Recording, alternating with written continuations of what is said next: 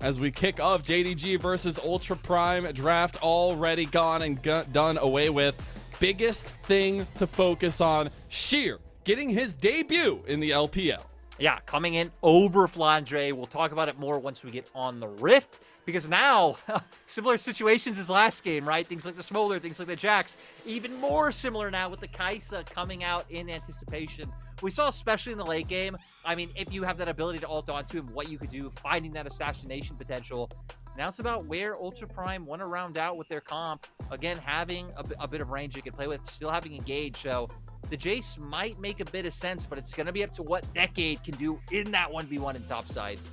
You have a lot of range damage potential from Ultra Prime here, which I really like in their setup for things, but I don't know, man. I really do think that we actually start seeing some of these cooked up specials really dealing with the Smolder, things that have been in the works for the last week or so really coming to fruition. This Kai'Sa, I'm very excited to see again, because Assume manhandled that lane in the last game. I'm very, very interested to see this being done this time around, but with a team like JDG. We do need to remember that he did manhandle the game off of getting 2 kills very early on because of a skirmish, that happened. AL did misplay, so I don't think the lane should go that drastically, which was the sentiment in last game, right? Hey, should it be this dominant? Probably not. We have a full build Kai'Sa incredibly early in the game, but maybe key learnings we can take from that series is, guess what? It's Ruler and Missing on the stage. So if there's any team that could actually recreate that and maybe even push that advantage farther, it would be Ruler and Missing. It is. Again, to stop a dragon from growing, you just kill it early. If you can put that focus in, you can get full holistic focus onto the Smolder in lane, not only from ganks, but keeping the pressure up, pushing him off of waves. We've seen it work out in the last series multiple times with the Varus in game number 2, and then that Kai'Sa in game number 3. We'll see, though, now a tough test for Ultra Prime. Yes, there's some changes for JDG, but it is still a beast to be reckoned with, and there's been some bright spots, I feel like, for Ultra Prime this split. Yeah, Ultra Prime, we've seen Yuekai play well. We've seen Jwei have decent impact. Doggo's had some moments. So there's definitely been parts of this roster showing signs of life. We're getting into game number 1 of our second series. So Beijing, let's hear those Jayos.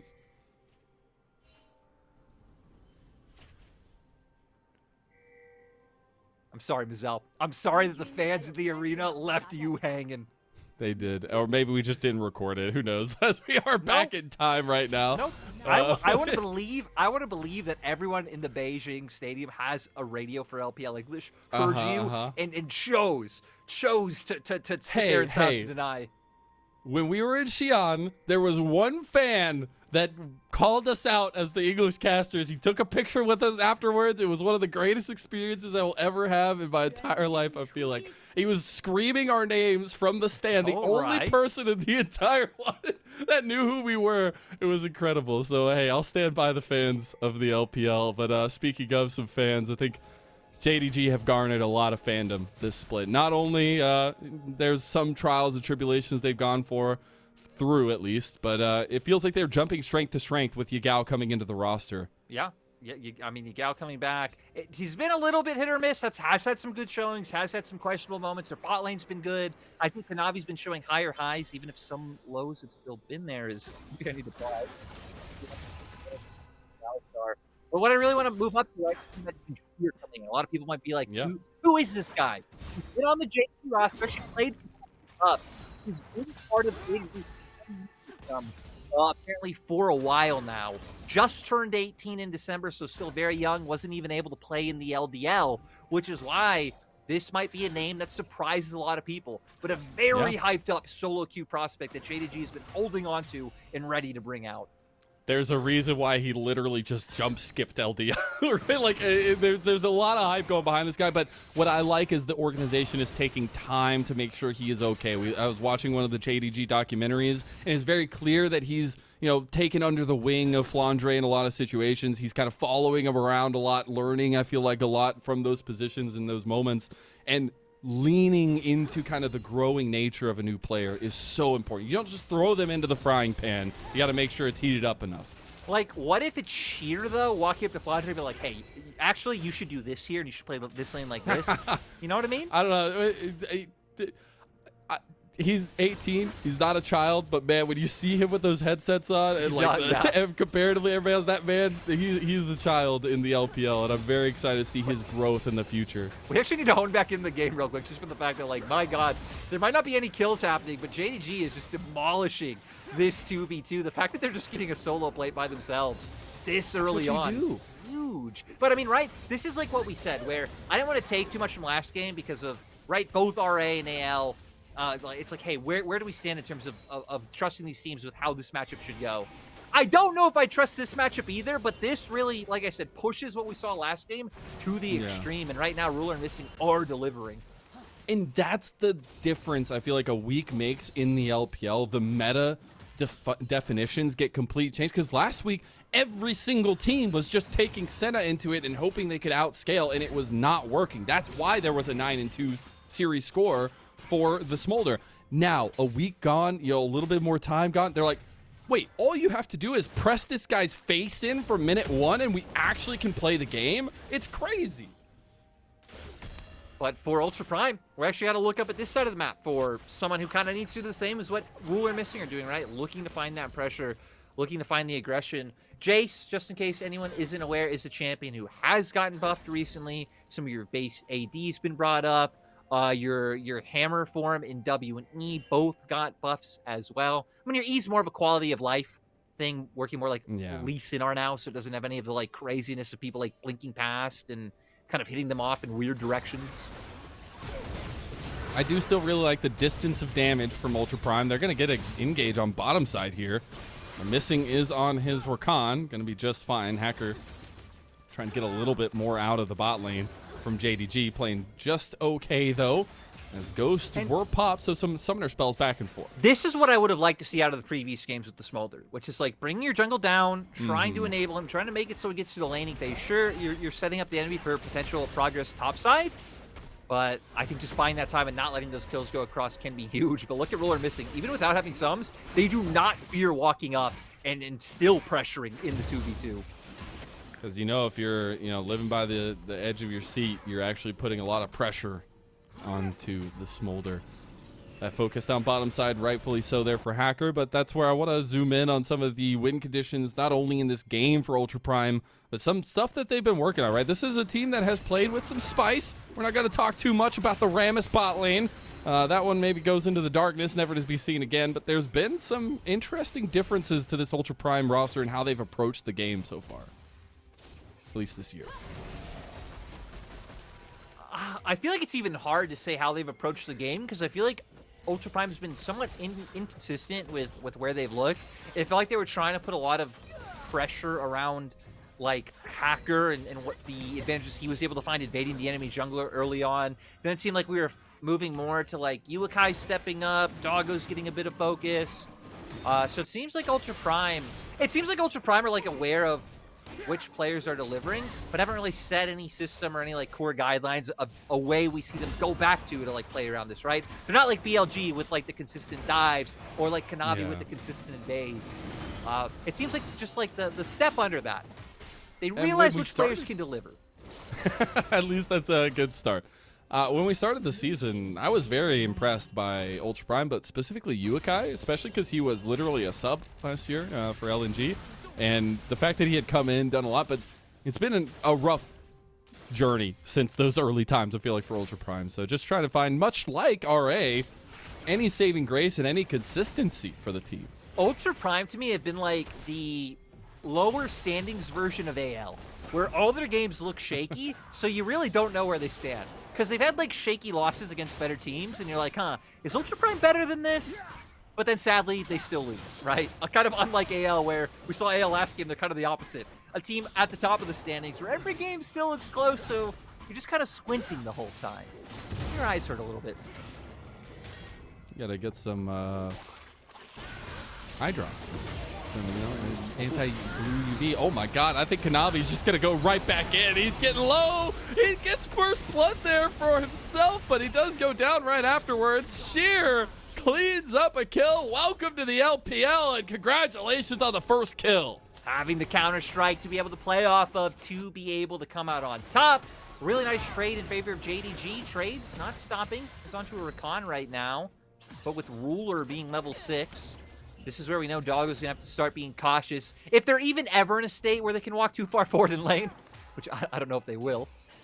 JDG are letting the lane come into them for now to potentially set up for an all-in. That level 6 for Ruler makes such a difference in what they can play for in here. Oh, missing that engage a little bit, as is his namesake. Does have Ruler back him up, and now Ruler's by himself, and Missing just yeeted himself away from Ruler. That Ghost will be popped on the back end. Gonna be forced off for now. Shouldn't be too big a deal. Again, the wave was already coming into them. He's going to feel fine catching that one. Kaisa also champion who got a small buff right at her ult range, which is the thing that makes it feel really dynamic into the Smolder, in my opinion. It's less about the laning phase, I mean more about that mid and late game assassination potential that will always be there. He's just a little dragon, and he needs a bunch of help. He's going to be any sort of winning condition at least. Now they should make real quick. I don't know how you've inspired me, but you have. Okay. Give Smolder another tier of stats. We'll say something outrageous, like 600. At that point in time, no, he actually actively summons his mom. You get some giant elder dragon, you get old Mordekaiser ult. Yeah, that's what I was gonna say. Yeah, that's what you get. I missed that. I miss little interactions like that. It was fun, but we will go through the replay. I mean, in my mind, it's the Counter-Strike. The thing that's a huge difference here. Great flash away. As well, guaranteeing on 2 people, missing out on the damage. Does still go down in the end to the Jwei ult, but that Counter-Strike was able to open up so much for JDG to find those 2 kills. And now you transition pressure away from bot side. You go up to the top objectives, and you have a massive lead for Ruler. And speaking of leads, JDG, that's a nice little combo from Missing. And Sheer gets himself another kill. They're going to knock back Jwei, and there ain't nothing left for Ultra Prime in front of this pit. JDG ruling their kingdom. Kanavi once again spots the opportunity, and this does open up grubs going over to JDG. So they're going to be able to potentially stack all 6. We'll see. Come on, Doggo. Hacker. Okay, yeah, so they're definitely going to get all 6. Hacker and Jwei being a bit too far away right now. Going up top side to potentially cover for Doggo, but I would expect the resets to come out from JDG after this.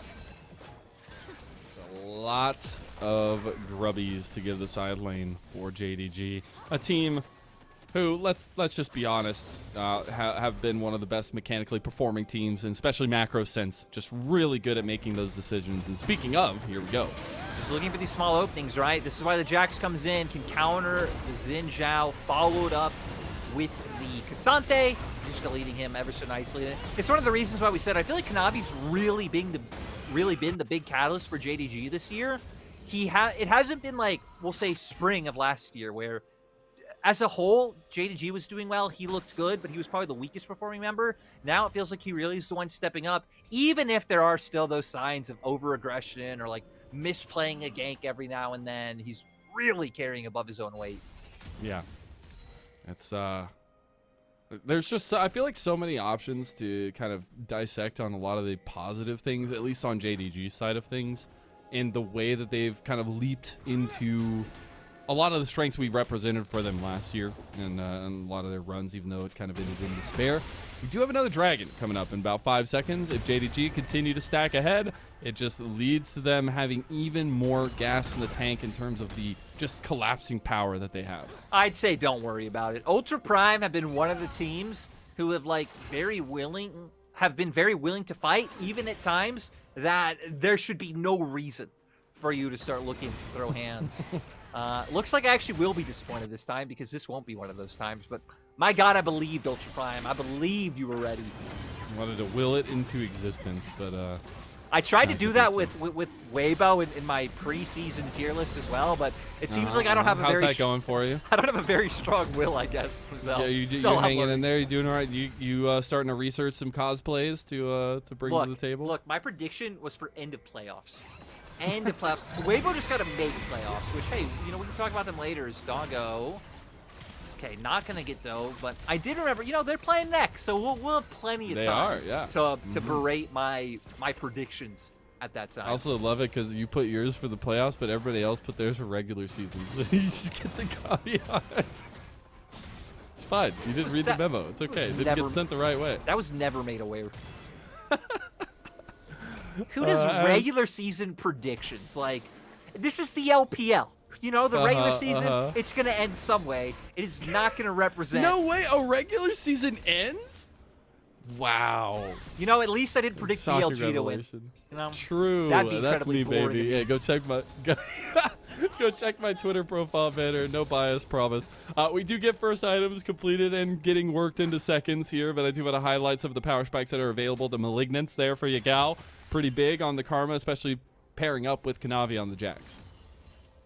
Yeah, so now, I mean, going to be outputting all that damage. Every time I question, like, hey, is this Karma team going to have enough damage? It always does. It always comes from the Karma. But for Ultra Prime, at least having the Eclipse up for Decade and the Sundered Sky for Hacker, meaning they do have a strong 2v2 around top side, but feels hard, right? Iceborne Gauntlet and Plated Steel Caps on the Cassante. Ganking him should be hard, and we're at a point where the rest of JDG's map is stronger than what you're bringing to the table. Look at that. Look at that gold. Sheer sitting there at the top. No big deal. First LPL game and representing on the Cassante. Love to see those kinds of moments being played out here. And JDG kind of leaning to that strength, right? Yeah, they really are. And it's even funnier because I feel like JDG looking much more active on the map so far in this game than we've really seen them be in most cases. Right now, pressuring all three lanes. I love that they have Yagao towards bot side because they can bring him in at any moment to look for this fight. They are going to do it. So they pull the trigger. Here comes JDG's contest of this Rift Herald. Gal will have a lot of damage with that Malignance here if he can get big Mantra Q. Does get one in. Jwei is taking a lot of damage. Decade on the other side, taking on a 1v1 against Seer, against that Prodigy. But here comes Missing with his classic. Has so much damage is being put in. Jwei, he's made into hamburgers here. Yagao's cooking it up. Go ahead and give him the chef hat. As now Sheer popped that ghost. They're not going to find that angle back in. And now JDG not only find a kill, they're going to pick themselves up a red buff. They push the Jace out of top, really denying everything from up so far, and still leads them to possibly be able to turn into that Rift Herald. Congratulations to Yagao. 2,000 kills in the LPL with that one. They were waiting 15 minutes to throw that one up. As now the 1v1, Doggo, he's going to flash. Ruler wants it. Ruler gets it. He gets taken out, traded back as 1-for-1 between the ADCs. And I think for the side of Doggo, you're going to take that with the lead that Ruler had. So now does get himself the boots off that one. Do trade. Not a lot of minions lost, I think, for the side of Doggo in that. He's already down 30 CS, so would it matter anyway? But JDG going to look to punish Decade. They don't have the quickness. Oh. They do have Missing, though, and he is very annoying, as Kanavi will get his 3rd kill of the game. They're going to take an outer tower, too, and that's just so much gold lovingly dumped into the pocket of JDG. And sadly for Decade, didn't have flash. If he did there, I think the lack of quickness probably would have been enough for him to escape, but without it, it just leads JDG to getting more turrets out of nowhere. Now 17 minutes in, we're going to be sitting at about a 5k gold lead. Dragon comes up in 50 seconds, so JDG can look for the reset now and start cementing control back over the bot side. And it's already feeling, I mean, to be fair, it's JDG, right? If there's a team that's going to do this and you expect and you're like, all right, you know, sad luck of the draw, JDG's one of them. You see here, though, it's just really good target selection by JDG. Really keyed off by Missing. Yeah, and I like how they're playing it slowly first, just playing with the poke from the Karma and the Kite side, and then getting all the flashes forced out with the quickness to come through, and they can just keep running them down, because look at this damage coming out from, it was especially Yagao really pushing them back, really zoning them off. And then we get the 1v1 here. Tries to find it, accepts he's going to die no matter what, gets the kill, does give a lot of gold over that bounty to Doggo in the process. And now we get back to it. You can start seeing how this composition works for JDG. I mean, Yagao got a ton of Mantra Qs off in that fight just alone because of the Malignance. Decade gonna answer with the top tier tower. A bounty goes over, but that is Dragon number 3 to JDG.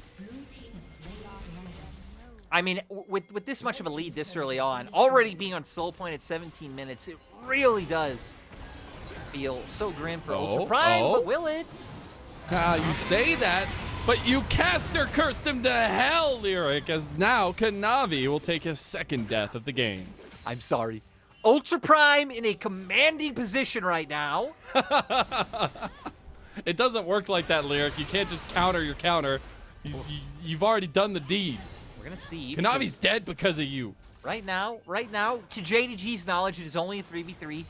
Yuekai and Decade were back on their way to being over here, but it seems like with them not showing on waves, JDG were smart enough, were diligent enough to not get baited into the play that I was hoping for. You're really trying to manifest tonight. I like it. As we did get another item completion for Yuekai there, as well as Yagao. Both Horizon focuses locked in, ready to go from both sides. But I think I want to check back in on how this poor little Smolder has been doing. We don't know the stacks, but we do know the difference in CS, and Ruler is all about it. I mean, right, again, they were much more domineering in this one. I mean, even having some, I think, better aspects in terms of the lane matchups, right, being paired with the Alistar is going to make Smolder, of course, even weaker early on, and Rakan going to be able to bring a lot more presence. They've done a nice job of finding picks so far with some of the over-aggression that we've seen come out from Kanavi. It's been nice to see a couple of the answers back, but things starting to stack here for JDG. They'll have that Dragon Soul on the horizon for them in about 3 minutes time as well. And until then, Ultra Prime just trying to save a little bit of time, get a little bit of stacks for Doggo. And that brings up the question, do you feel like there's ever a moment where, you know, this lead from JDG is countered at all from the scaling of Ultra Prime? No, if anything, I actually feel like JDG's comp has different ways to play into Ultra Prime. Like, they can match the range with Karma Kai'Sa like we saw last game, the amount of poke the Kai'Sa was putting off. But they can also just look to all in and zone out the Smolder with the Rakan, the Kai'Sa, and the Jax. That's a lot of mites. Here's the Spiraling Despair. Mother! It's not going to be enough to call home, though, as they do back off JDG. They have not the health bars to continue contesting on either side, actually. I think JDG still looking somewhat relaxed in the face of this. You can even look at the minimap. Kai'Sa and K'Sante, Sheer, and Ruler still going. I actually get a ton of pings here. Hacker kind of gotten turned around on here. Flash coming in. Crescent Guard used. Kanavi goes back in for the counter-strike, and Hacker can't get missing. Yagao gets another kill, and here comes Sheer. A little bit over top, but they get the Mantra Q started. Here comes those damage dealers from JDG, and they catch Decade out. So 2 picks means they have full control of the middle of the map. And JDG are just making this game look so easy. Can turn to mid now, run over to Baron, get that one started if they want. Looks like maybe not having confidence in the amount of damage they have just yet, which might be fair with the Karma. These are 2 items, though.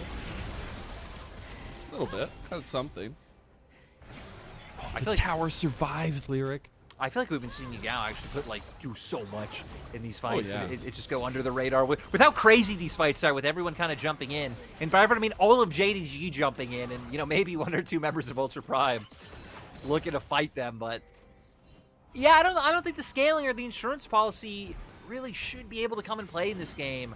Feels just too hard with how the comps interact. Great idea, looking for the pick. But the rest of JDG were just waiting in the wings, able to rotate from mid first. Sadly, not able to get on top of Rakan with his mobility. And then JDG just keep it going. I'm surprised that Decade was willing to even attempt with that first hammer jump in that he went for, which really seemed like it just sealed his fate. There's so many little things going right for JDG, and that's the kind of conversation we led into earlier is, you know, Yagao getting 2,000 kills. That's awesome. But we were also talking about some of the lackluster performances we've seen from him. But that consistency has started to tick up a bit as time has gone on. I think that's why you grab somebody with the veterancy as Yagao has. Definitely, right. Got to lean on that experience and hope that they could be able to play back in that form. Right now, buying time for Sheer to get here.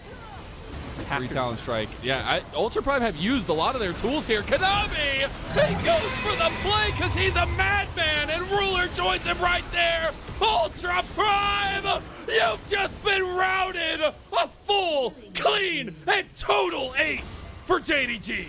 And now JDG are going to be able to get whatever they want. They were already on Soul Point, but looks like they really don't care about the Chemtech Soul. Gonna send Ruler to do that one by himself, while the rest of the team gets the great prize of the Baron. They get the Baron, they get the Dragon, they'll have Soul. Let's look at this replay because JDG picked it apart like a surgery.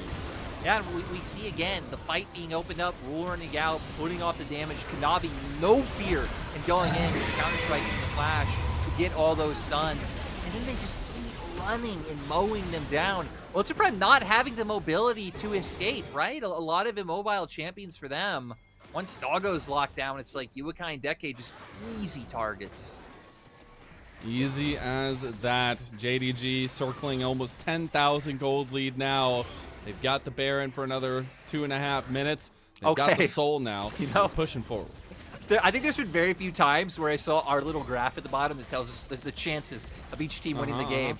I think I've rarely seen it show a 99%, or, you know, it's never showed a 100% to my memory, but a 99, like, God, that's crazy. 10K gold, 23 minutes Soul and Baron. It is understandable.